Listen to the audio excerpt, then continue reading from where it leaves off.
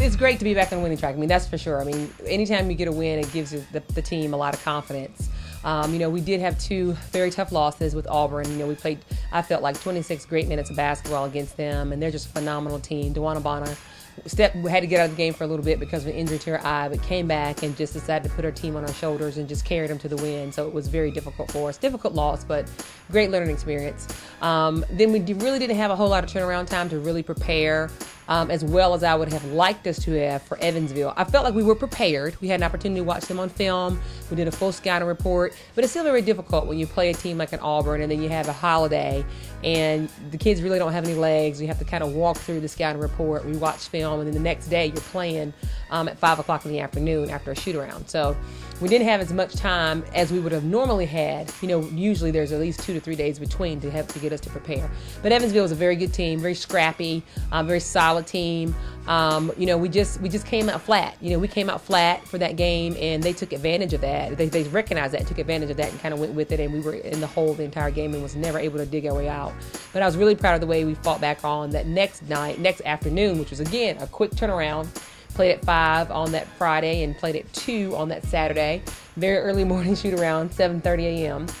And the players bounced back and did a really good job. It was a struggle, wasn't very pretty, but it was a victory, so we're excited about that. And now we're, getting ourselves ready and looking forward to Florida coming in tomorrow night. I mean, Petey, as we call her, is awesome. And I've been teasing Petey because Petey has seemed to have been a little out of it this semester in terms of on the court, just like not, because Petey knows everything. I mean, in terms of offense, it's where everybody goes. Even though she doesn't run the point, she knows every offense and where everybody's supposed to be. And she's kind of been like having brain freezes, for herself in terms of where she's supposed to be. And I've been teasing her saying, Petey, when is that anatomy class going to be over? Because it's killing you.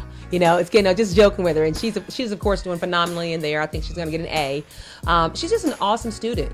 She's able to balance both very, very well.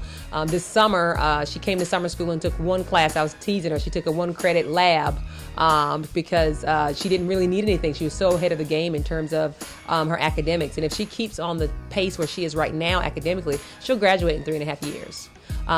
Just a phenomenal student. I mean, she applies herself, in the classroom the same way she applies same way she applies herself on the court. She strives for perfection, and anything less is just unacceptable for her.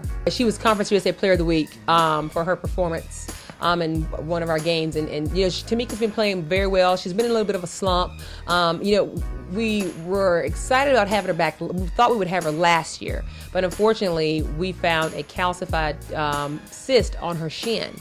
Therefore, she had to have a metal rod inserted into her leg, and that kept her out all last year. So basically, Tamika is a freshman. We think about it, even though she played 2 years of JUCO ball, she's a freshman. So she started out great, doing really, really well, and she received that accolade of Player of the Week. And she's had 2 games where she's kind of struggled a little bit. We're cutting back on some of the things for her to give her a little bit more rest because she's still having some problems with her shin. She's not completely 100%, but Tamika's a phenomenal athlete. I mean, she's amazing. Sometimes she just comes out of nowhere and jumps up and gets a steal, and you're like, wow. I mean, she just has an incredible leaping ability. She played volleyball and basketball all through high school. And just a phenomenal athlete, great kid. And it's good because we can play her at 2 different positions. We play her at the 3 and we can also play her at the 4.